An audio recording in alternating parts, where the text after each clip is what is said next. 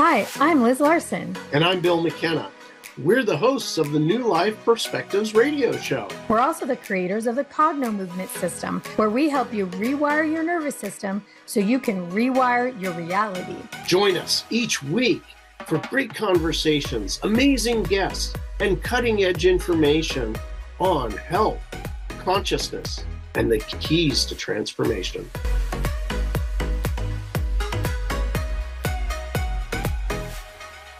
Hey, everybody. Welcome to the show. I'm Liz Larson, and I'm here with my friend, Bill McKenna. Hey, Bill McKenna. Thanks for being here today. And we are just so pleased to have a very special guest. It's one of our newest certified Cognomovement practitioners. It's a long road in coming when a practitioner gets certified, and we've come to that day. And her name is Caitlin Proctor. And I asked Caitlin before the interview started, what would she want the world to know if she had one thing to say today? And she says, if you want to change your life, you have to change your nervous system. And then I asked her what her mission was. And this is one of the best I've heard. Her mission is to help people find freedom. Isn't that amazing? So welcome, Caitlin. Besides a brand new certified Cognomovement practitioner, tell everybody who you are and what you do. So as you said, I'm Caitlin Proctor. I got into energy work years ago when my oldest son got sick and I needed to find a way to help him get better. And that took me down a trail of doing all sorts of different modalities, from I do something called quantum techniques to Reiki. So all different modalities that I picked up along the way. And when I came to Cognomovement, it seemed to not only bridge so many powerful modalities together, but actually, what surprised me was how quickly that it worked and the impact it had on people right away. So I stumble into it. Do you want me to kind of share how that ended up happening? Okay. So I had seen an interview with Bill McKenna, and in that interview, he was just describing about how people want change so bad, but the willpower doesn't do it. And, how frustrating that is. And I was witnessing that with some of my clients who were really sick. And I knew they were wanting these changes, but I knew that they weren't able to change their habits. And I felt really powerless to help them in that area. And so after I saw the interview, I quickly bought all of the courses and went through them. And what was tricky was the thing that I did, I didn't even realize I had erased it. It wasn't until 3 weeks later that my husband noticed that behavior, that reaction I had was gone. And it was a reaction I had worked on for years, and I really just hadn't made a lot of progress with it. And it had been lifelong that I had had these anxieties and struggles and reactions. And so when my husband found out that I was handling things differently, I was like, oh my gosh, it worked. I didn't realize it. It worked. So I thought, okay, I'm going to just start incorporating this with my clients. And I'm not asking if they're up for trying something new. I'm not going to tell them what it is. And we're just going to see what happens. And so I did. And what happened was amazing. Clients were messaging me going, I can't believe it. These symptoms I've struggled with seem to disappear after our session. And I know we didn't even work on those. And I thought, this is really big. We're impacting things that we're not even working on just by working with the nervous system. And so that's when I knew I needed to get certified and really dive in. Wow. What an amazing thing. And you weren't even a practitioner. That's so awesome. Now, there's people around the globe that are, we don't even know. Occasionally the people like you just pop up and we're like, oh, I did a miracle. It was really cool how not even a practitioner yet, and just a few little skills. There's like there's maybe 5 or 10 techniques in the essentials program, and there's 200 in the actual practitioner training. So you had made changes with even the most basic stuff. But you had said I'm not sure if it was off camera, but you had said that you actually were searching for your son. Tell us about that? What was the catalyst there, and what was all that about? If that's okay. Yeah, absolutely. So when my son was 2, he received his first 2 vaccines ever, and it flipped his immune system and he became bubble boy. So it was really scary, and they didn't really know what was going to happen. Um, but the medical interventions they were wanting didn't feel right. And so I just went searching high and low to try to find a way to help his body get back and help bring his neurology back. And what's been amazing is we've been able to do a lot of neurological work with him, with Cogno as well, that has helped bring things back online that were disconnected from a long time ago. Wow. So for people around the world who may not understand bubble boy, tell everybody what that actually means. Okay, so he actually lost his immune system. He stopped producing immunoglobulins.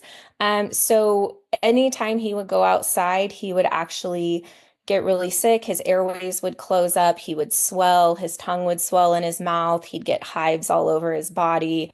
So he just no longer had an immune system to handle just day-to-day germs.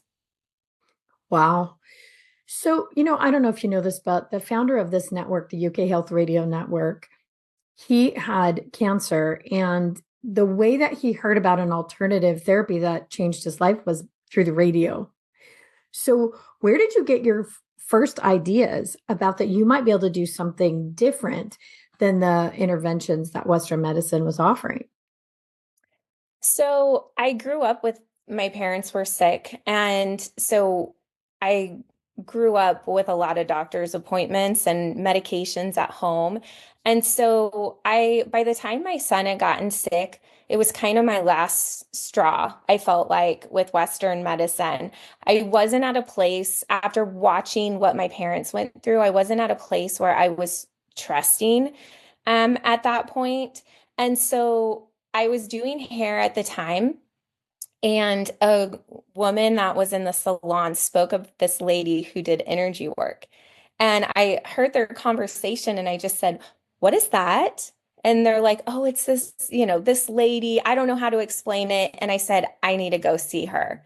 And so I made an appointment and I sat across from her. She asked me why I was there. And I said, "I have no idea what you do, but I just know I'm supposed to be here."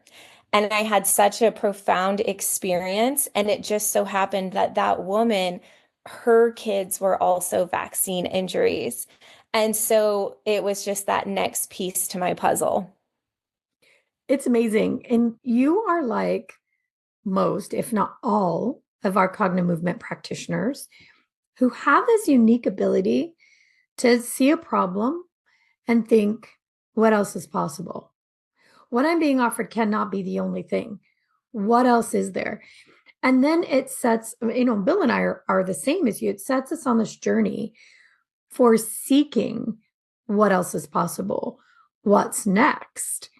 And so that started you on the journey to be able to find, eventually it led you to Cognomovement, but it led you to find things that you could actually help him with that felt better to you than what you were being offered. Yes, absolutely. My motto is you were made to heal.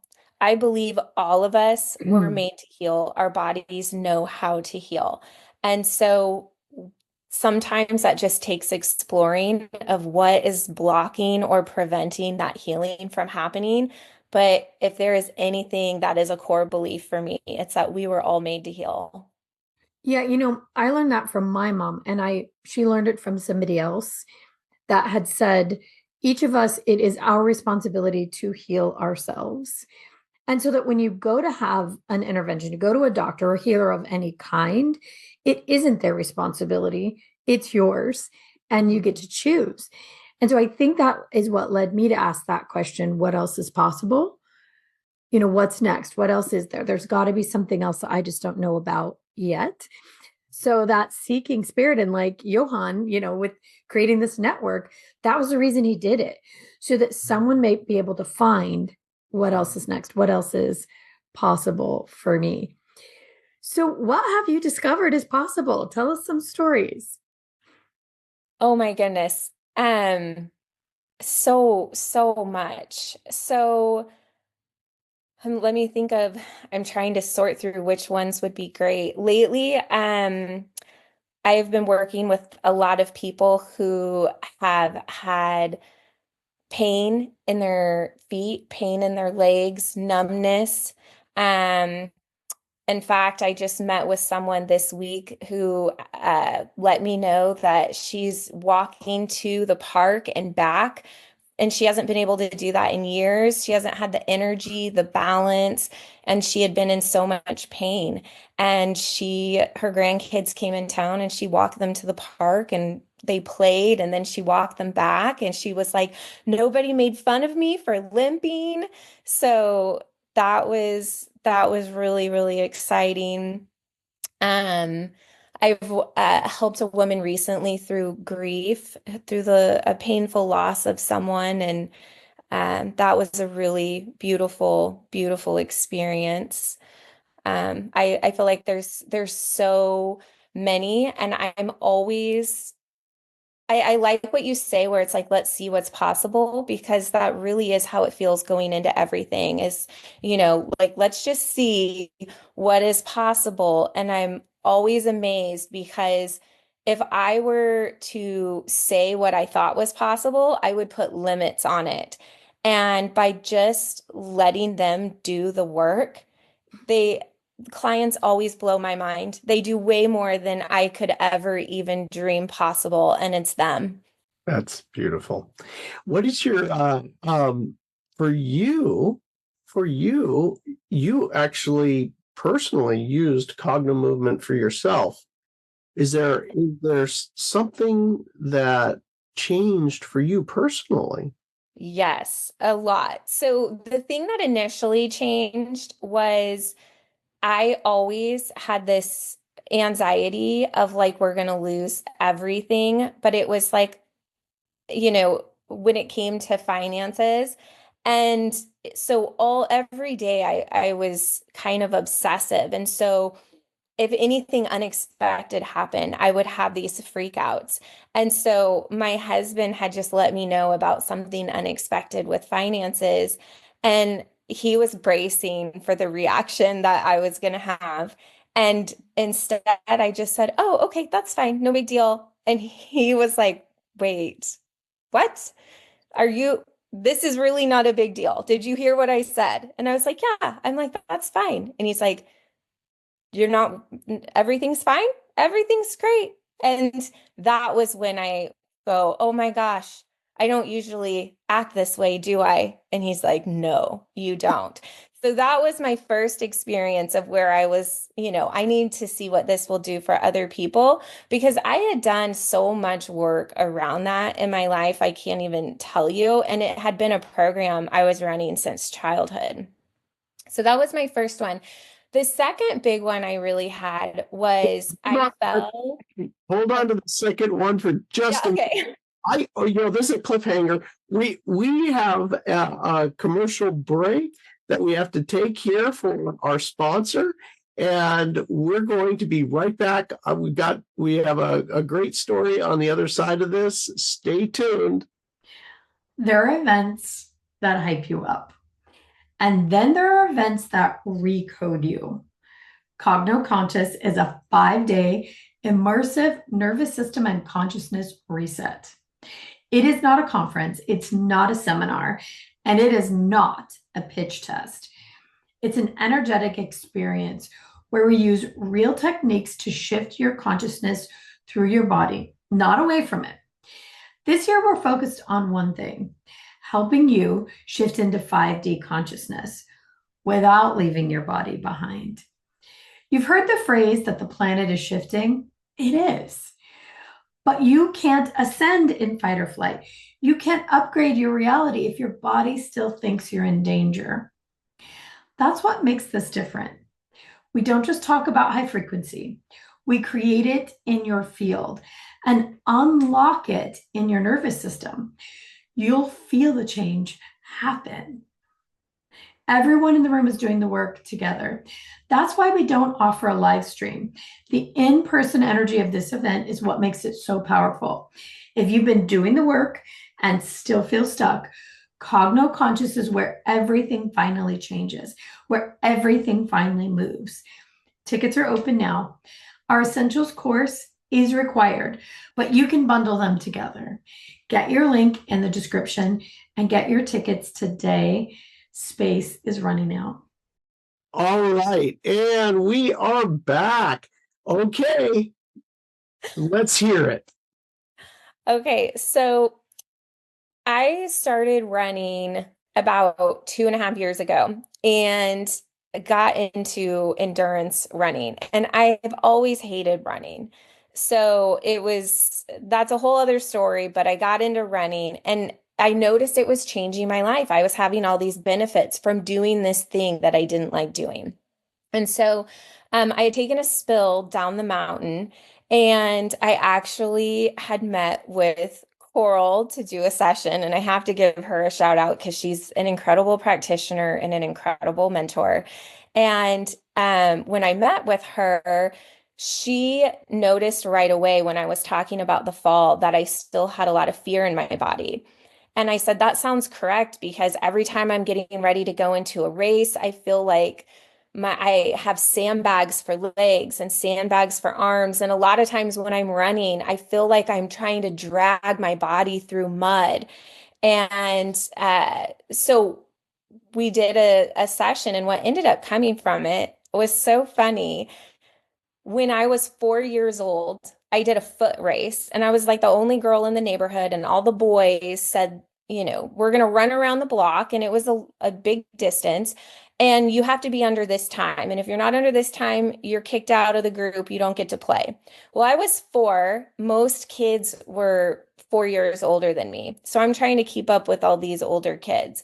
And I know that they don't want me to play. So I run around the block as fast as I can, but I'm panicking. I feel like I'm going to die. My lungs are seizing up, but I don't want to get kicked out of the group. That's it. It wasn't more than that. But for whatever reason, my nervous system kept that response in my body, and I had a freeze response when it came to running every time I ran because of this event. I'm going to be 44 this year. So for 40 years, I carried that in my body. And with that one session, my body opened up and I became a completely different runner. I mean, everything about running changed once my body went out of a freeze response. And that was huge. Wow. And, 2 questions. First one is, did you get kicked out at 4 years old? Did you make it? I didn't even get kicked out. You didn't get kicked out. There was actually a kid that was slower than me, and even he didn't get kicked out. So it was like there was no real what we would consider trauma in it, except for the fear I felt when I was running that race. And I think this is really the point. We find this so often. You said there wasn't a real trauma in there, and yet the nervous system recorded one. It recorded it and actually created the limitation that it was afraid of.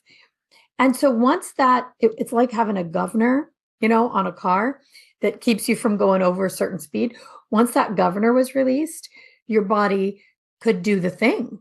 You could run. So this is so interesting for athletes. And I know this is where Caitlin's mind has gone. Your limitation may not be the structure of your body. Your limitation may not be, your training. Your limitation may be your nervous system putting a governor on how fast you can go for whatever reason it does, even something that wasn't ever true in the first place. So this work has that propensity for an athlete to literally unlock a massive new potential, right? Yes, and I think what was so huge, because I do tons of body work and I do tons of mindset work. So my mind was locked in. My training was locked in. The nervous system was the missing piece. And that's why I think it is so important, because you can have all the other pieces and be so frustrated if the nervous system is not if it's not where you want it to be. It's so true. So those who know me and know me well know I am not an athlete. However, I used to have that same thing as you when I was a kid and we would go when we'd have to run track. I would feel like I was running through mud, like my legs just didn't go. Right. And I would even have dreams and nightmares about this because I kind of found it embarrassing, but I had no idea why my legs just didn't want to go. But then if I was at the skating rink with my friends, our church used to go, I would always beat everyone. I was the fastest one. And when I got to that line, I knew I would be, right? And then there were other times in my life where I was not a runner, but could run and be the fastest one in the group. But then the next time my system, it would be like running through mud. So I knew this was true for myself long before I knew about the nervous system, that it wasn't about whether my body was capable of doing it. It was almost like, was my body willing to do it? And the circumstances around it. Like I understand it now, but I just didn't then. So for those of you who are hearing us and feel like you want to be an athlete, but you just can't, your body doesn't let you, there's hope, right, Caitlin? Yes. Oh, it can change so much and so quickly. Amazing. I mean, well, and then we did concussion work when I was in San Diego, and I didn't realize like my right arm wasn't swinging when I walked. And I thought, how funny that I'm walking around for how long with a stiff arm and no realization of it. And everything on that side of my body would tend to lock up after these endurance races. And then we did that concussion work, and that right side completely unlocked. Yeah, it's one of those interesting things. When people become a cognitive practitioner, they're always like, why do you check how people are moving? Why do you check their gait? Why do you check their shoulders? Like, why do you check their flexibility? We're talking about an emotional issue, maybe, but they're all tied together. And we find often, so many times, there is a head injury or an injury to the nervous system that creates that lack of movement, that shows us also where it's connected to the emotional problem. Like it's all connected. Yes, yes. Yeah. Go ahead, Bill. I got it. I have a strange question for you. Now, do you recall prior to you getting your Cognomovement, the essential program, before you ever became a practitioner, so you got introduced and you started doing it to yourself. But before that point in time, did you have lower back pain? Was that part of your life? Yeah. Yes, I did. Yeah. And was it was it kind of a perpetual just thing that Yeah. you was It always was something there, that was always there. always physically tight and sometimes painful, or always painful? I could always feel it depending on, in fact, I could always feel it, and sometimes it was really painful, but it was always there. That tightness, very tight. So now the question is we've never talked about this, and I've never asked you this before, but is that tightness and that pain still with you? No, no, actually, it loosened up a lot. And when it loosened up was when we did the concussion set on me, is Mm-hmm. when that released. And I was also getting like my pelvis kept twisting. And then I was having the issue from my right hip down to my knee, down to my foot. Like it was a chain reaction. Hmm. And what was actually really frustrating about it is I kept going to see different people for it, and it would either get put back into place and come right back out, or everyone was giving me different answers of what I needed to do. And it was frustrating because I would do all of it and it wasn't shifting. Hmm.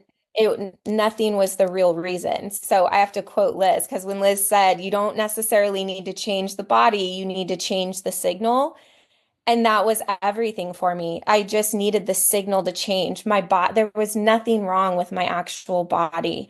The signal just needed to change. So this is a super interesting one for everybody listening. We call it, we call it the concussion set, but really, from what we understand of brain scans is that either an emotional or a physical injury look the same in the brain. And what we do is we start to get the brain basically wired up, communicating again. And we can tell the area that the communication's not going on. Eyes and brain are one. So there's a way that we can tell to physically exercise the brain. That really sounds strange, but we actually physically exercise the brain. We get through the eyes. But the interesting thing here is that we know that the lower back, a lot of times, that area has to do with our survival. And you mentioned at the start of the survival, any threat of money, oh no, and Yes. and so the getting the brain working, where you now have a realization like, oh yeah, we have to pay that bill. Oh, okay. Yeah, okay, great. So it all works together, and the body and your emotions and your brain and the signal all working together. So it was just that's such a great story that probably, uh, and this is just another, it would seem as if, again, these are random things that seem unrelated, but oftentimes they are. And the question is, now that the back loosened up, now that the brain is functioning, there, is there any changes in financing? Financing, not financing, finances. Have finances changed in some way? Yes, absolutely. Absolutely. And it was funny because having a family, it was kind of a scary commitment to get into the certification program.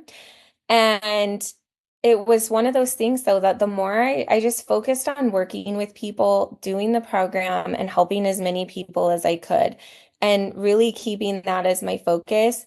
And it really became a revolving door. My business has grown more since doing Cogno than it has, and probably in the last year than it has in the last 5 years. And it's because the work speaks for itself. But I think it's also, when you're doing intuitive work, you're telling people, like, this is what's in your energy. This is, where these problems are. But with Cogno, they're they're going through the map themselves, so they're getting their own answers. So they don't have to believe what I'm saying. They get to find their own answers, but also their nervous system changes so quickly that they have a completely different perspective and feeling attached to the situation than they did when they first walked in. And so I think people getting to see that movement so quickly, it just speaks for itself. Wow. Isn't that so interesting? That your pain went away, the relationship probably changed with you and your husband, the finances improved, your running got better.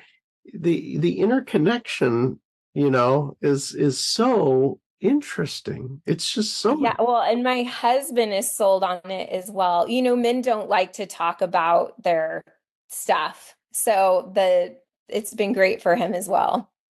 Oh, really? Oh, that's great. So he's actually willing to do sessions? Yeah, because he doesn't have to talk. And he was in talk therapy for like off and on, and it would make him just angry. And with Cogno, he doesn't have to talk and he can work through it without speaking a word. Oh, that is, that's great. There's men and men, children, and criminals. We we all don't like to talk. Oh my gosh, yeah. So that is great. That is great. Well, we have another break. We want to hear from our fabulous sponsors at UK Health Radio, and we're going to be right back. There's so much more. Stay tuned. And we are back, and we are talking with Caitlin Proctor, an amazing healer in her own right and a brand new certified Cognomovement practitioner. I want to go back, Caitlin, to what we opened with. And you said that your mission is to help people find freedom. And as you think about moving forward, how do you feel like you'll be helping people do that? And what does that really mean? Yeah, so I believe that all of us deep down want to feel free. We want to feel free from our judgments. We want to feel free from the habits that make us feel shame. We want to feel free from finances. Like all of us are really looking for freedom. And I think what happens is we go about it every way we know how. And when things don't change, we feel worse than when we started because we're beating our head against a wall. And I noticed this with myself, and I had a lot of trauma, and I didn't know how to connect with my kids like I wanted to. In fact, I felt so touched out. And I would watch other moms just like soak in their kids, like climbing all over them and like snuggling up. And I felt like I was being electrocuted. And so the dialogue was always, what's wrong with me? Why am I such a bad mom? What's wrong with me? And I think a lot of us do that. And so I share my story because I know where shame gets us. And when we don't understand, so we just go, there's something wrong with me. I'm bad. I'm not good at this. So, really, when I was able to free myself from trauma and free myself from that guilt, to be able to go, oh my gosh, like I can have compassion for where I was. And it wasn't for lack of trying. It was for lack of tools, but it wasn't for lack of trying. And I just see so many people in that place of going, what's wrong with me? And living in shame and feeling like it's hopeless, it's helpless. And so I'm so passionate about helping people find freedom. And most of all, freedom from their own judgments, freedom from the shame they've carried with them, so that they know that they're not stuck forever and there is absolutely nothing wrong with them. That is a beautiful and amazing message. And I would imagine, as a person who went to all kinds of practitioners myself for health issues for years, probably hundreds of thousands of dollars and more hours. I think I resent the hours I wasted more than anything, of feeling a bit hopeless, like I would be shackled to my illness forever, and that each of these practitioners could provide me with a little bit of relief, but they didn't have what we know now. I just had a signal that needed adjusted, right? Yeah. So having Yeah. a practitioner who knows this firsthand and has a way to really help them, I do feel like is a true path to freedom. Yeah, absolutely. Change the signal, change your life. Yeah. And so does it seem like your kids are reacting differently when you've made the changes you've made? Do the kids seem different as well? Absolutely. There's been a lot of shifts in the dynamics in our home, all for the better. And in fact, um, everyone's been really excited to do it. So with my husband, I shared, it's been helpful for him who doesn't like to verbalize things. He can process things so well without ever speaking a word. Um, my kids, my oldest is an athlete, and we started doing the athletic performance with him, and he does it now, and he always grabs me before he has sports so that we can do it together. My daughter wanted to jump in, and we realized that when she was younger, she had a bad fall and had a concussion. And so when I started working with her, she had lost a lot of neurology. And she had a personality change after that fall. And so a lot of things started to make sense, and we started really and we're still working with that, but she's built back a lot of neurology, which actually has helped her regulate her emotions in a huge, huge way. And then with our youngest, he was having a hard time in school staying in his body. And they were giving him weighted things and all of that, but he just could not stay in his body. And so I started working with him. We work with him every day, and the teacher reports back that she's seen such a difference. And she can always tell too when we have been skipping. She will get a little note of like, "Are you guys still working?" And it's like, "Oh, okay, we got a little lazy. We're going to get back on it."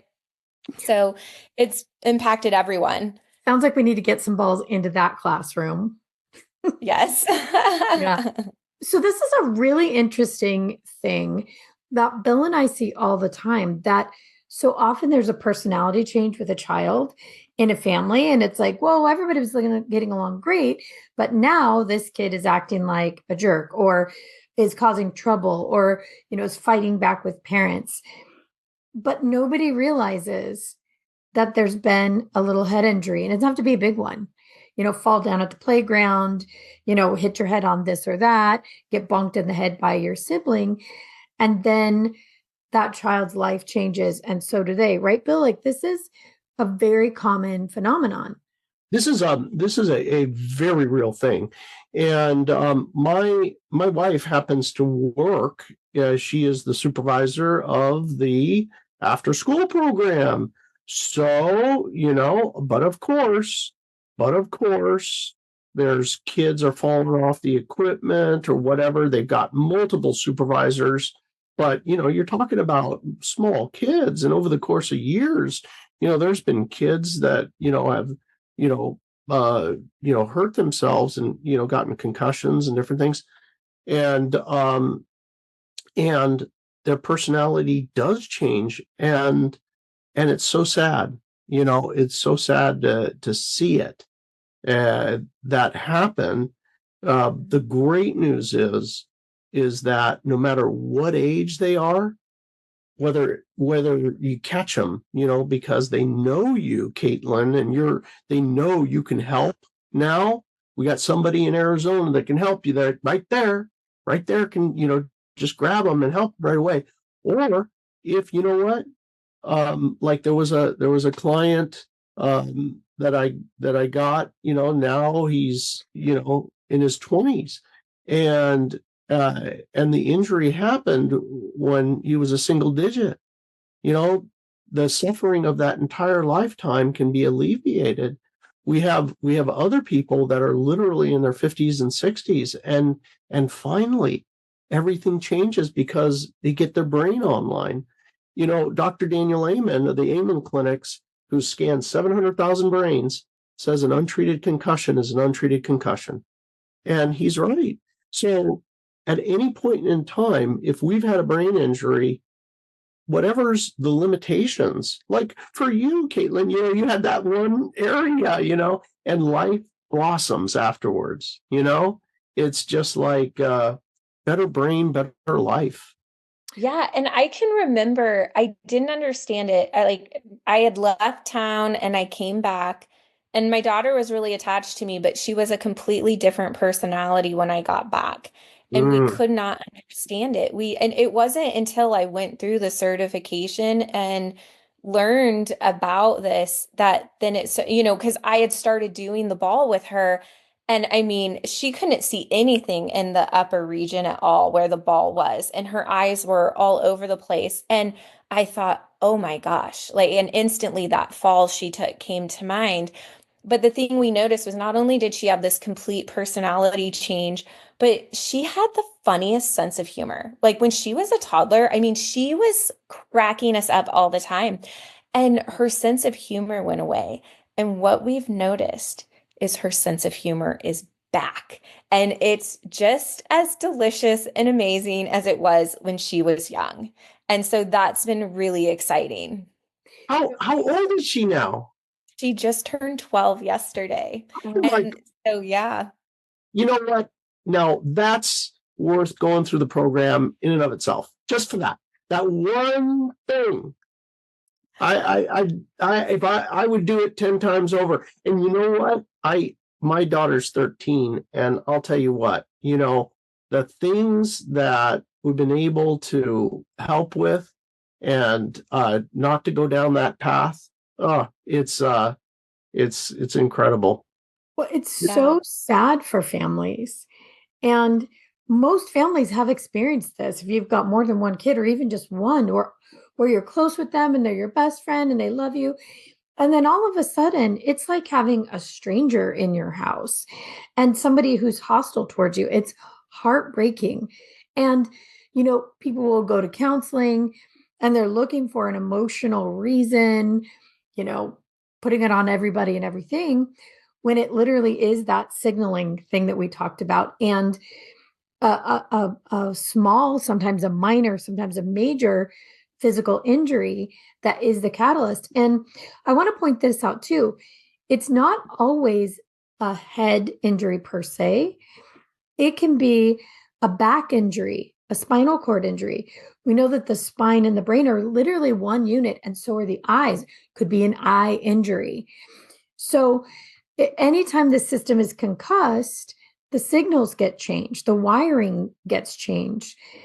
And then a brain that is growing around that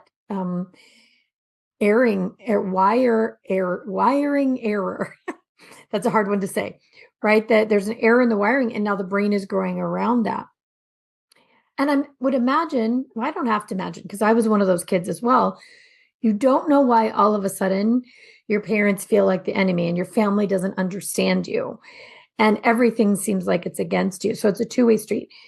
So you were talking about freedom, Caitlin, the freedom that families could experience by knowing this problem that we're having that seems social and emotional. It's not anybody's fault. It's a wires in the brain and nervous system that need adjusting. We need to go back to factory settings. That's the issue, right?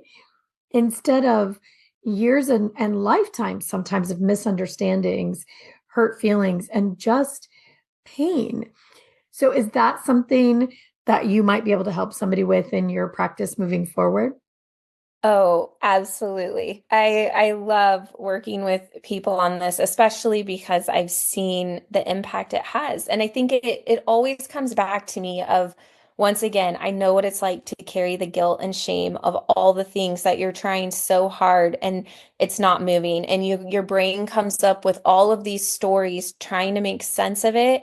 And Yeah. it's like when you do this work, you really realize that the judgments can fall away. I mean, really, the more I go into this work, the judgments continue to fall away, and it does go back to these factory settings. Yeah. And factory settings really is freedom. One of the things that I'm passionate about in the Cognomovement work is that as all of these things that have kind of become attached to you over your life, all the things you've experienced and taken on as your own, as we unpack those, take the rocks out of our backpack and become lighter and lighter, we really have the freedom of becoming who we intended to be, who we really are, which is where all the power lives. And I feel like it strips away all the garbage and gets down to the meat of it, who we really are and how powerful we really can be in this lifetime. Yeah. And once it's gone, it's just gone. It's Yeah. not there to wrestle with anymore, and the stories don't swirl anymore. It's just gone. Yeah. It's really is true. It's really freeing. So, Caitlin, how can people find you and work with you? So, an easy place to find me is going to be Instagram and at My Life Lucid. People can email me at wildwithwander@gmail.com. And I'll give you guys a link as well if anyone wants to book a discovery call. I do a complimentary discovery call just to see if this would be something worth exploring. And Caitlin will be listed as a certified practitioner on the Cognomovement website. So if you come to Cognomovement and click Find a Practitioner, you can find Caitlin as well. So first of all, I'd like to say from the bottom of our hearts, Bill and I, it's just been amazing being with you on this journey so far. And when our practitioners graduate, it is certainly not the end. We go on to do so much more together. And so we are just really looking forward to what happens next in our journey together with you. But so far, it's been amazing to see you grow and change and just become so powerful. Right, Bill? It really is. Oh, what a journey. What a journey. And the exciting thing for us is to hear about just one amazing story after the next. We've had the pleasure of hearing, like everybody here today, it sounds fantastical, but it's actually true. She's out there doing it, and very much worth a trip to go see her or work with her online via Zoom. I know she does both. So this makes it available to everybody globally to be able to work with her. So thank you for being who you are, Caitlin. Thank you for being here with us. And thanks for this interview. It's been really fun. Thank you. Thank you, Caitlin. And until next time, everybody in UK Health Radio Land around the world, be safe and be well.